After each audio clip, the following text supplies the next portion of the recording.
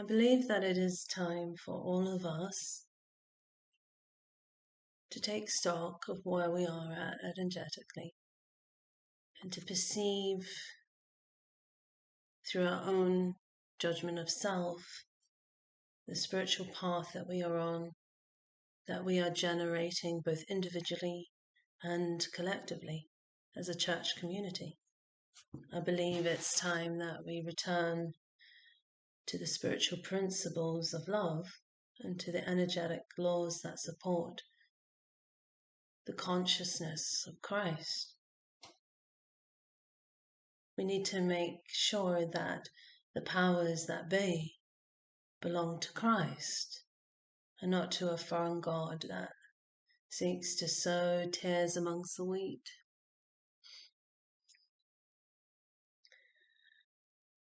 Power is not something that you take away from somebody else.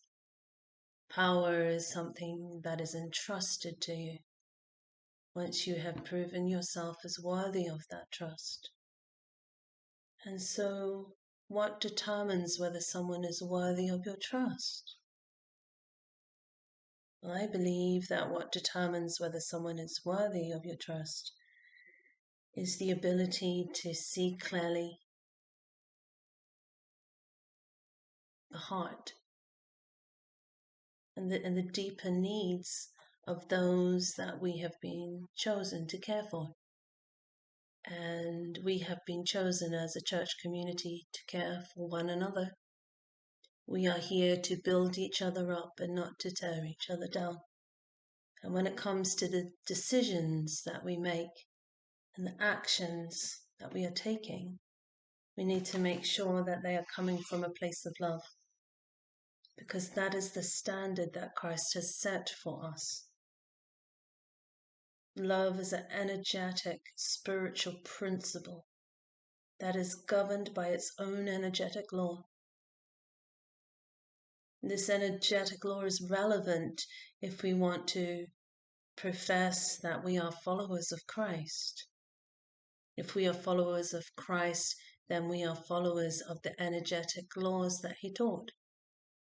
To treat others in the same way that you yourself would wish to be treated. Do for other people what you yourself would want for them to do for you.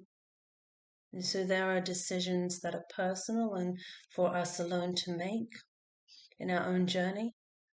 And then there are the decisions that are communal, that we make together as a community. There are values and perspectives that are personal and for us to determine for ourselves. And there are values and perspectives that are communal that we share as one. Because community is in essence the common unity of those spiritual principles by which we live. When it comes to making decisions, all decisions have within them an energetic referential point. And that referential point will reveal whether those decisions are healthy and balanced, because it is the energetic referential point that will ultimately determine whether a decision is good for us all, and it is a good decision to make. Decisions that are going to have an impact upon other people, therefore must include the perspectives and values of those other people, because their feedback is the referential point that will determine the quality and the deeper awareness that belongs to that decision. Communities are bodies of people who are able to make shared decisions that are going to be for the greater good of all. So these kinds of decisions, the decisions that are made for the greater good of all, are harmonious in nature. They are united. They include the deeper awareness and the higher understanding of what people actually need. And don't we all need to feel safe, respected, supported, protected, and understood. These energetic states of being cannot be achieved unless there is a balancing point of agreement. And so, when we refer to Christ as the way, the truth, and the life, we need to realize that we cannot follow this way of life if we are not willing to understand and accept the truth. And the truth is the living principle that sets us free. When we know the truth of another person's values and their perspectives and the reasons why they have those values and perspectives, and we give supportive acceptance and understanding to those values and perspectives, then we set each other free. Because truth holds within it a balancing point. It is this balancing point that exists between the two perspectives. This balancing point represents the greater awareness and deeper understanding and acceptance of what is true.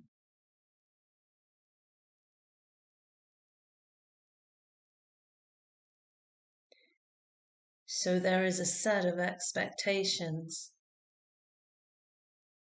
that we must acknowledge when it comes to the balance between the two perspectives.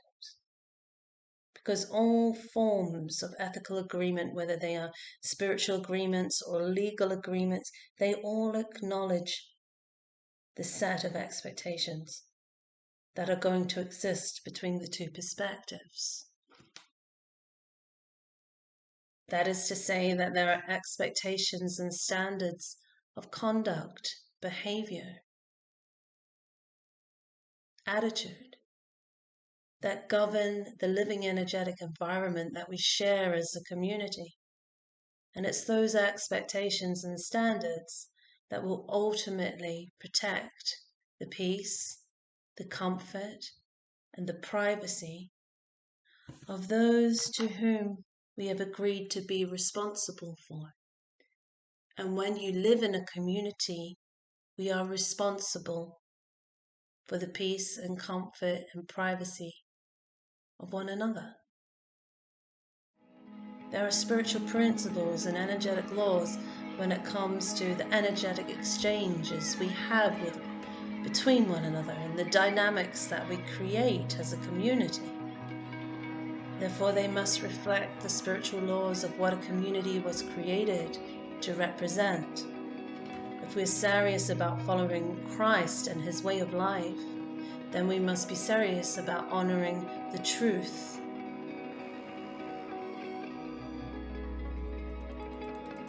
And the truth is that we do not seek to abuse the power that's been entrusted to us. Rather, we choose to empower the energetic principles of love.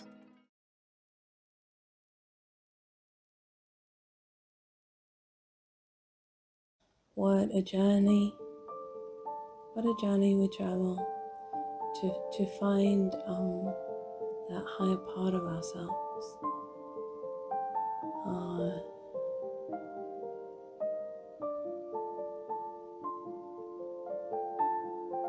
To find the Christ within us. Is to find the higher self, to find the power of our spirit. That is the Christ.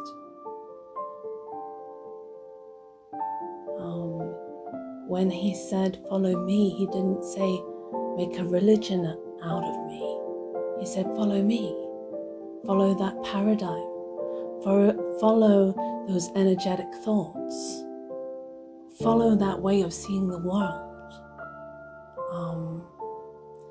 Follow that connection that you have to the higher power, to the living presence of your spirit." And because we are the lifeblood of earth, we were made from the earth, and we are the lifeblood of earth. We are this living presence on the earth. We exist, and we exist not just from the dimensional planes that the Matrix has given us. We exist also from a higher vibration and frequency, and we can tap into that part of ourselves when we learn to navigate. I am the way, I am the truth inside, I am the life, I am the living presence of life. That's what Christ was saying. Through men like Yeshua, Jesus, Krishna,